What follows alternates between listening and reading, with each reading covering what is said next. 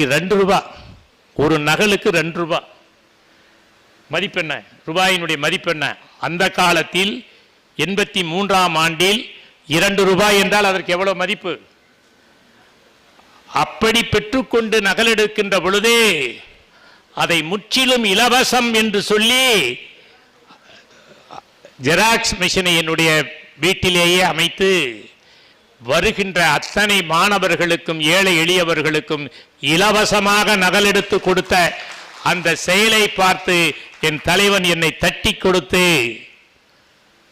மிகச்சிறப்பான பணியை செய்கிறாய், வாழ்த்துக்கள் என்று சொன்னார்.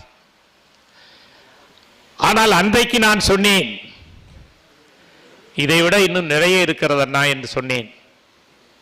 எவ்வளவு வேண்டுமானாலும் செய், என்ன வேண்டுமானாலும் நான் உனக்கு உதவி செய்கிறேன் என்று சொன்னார். அப்பொழுதுதான்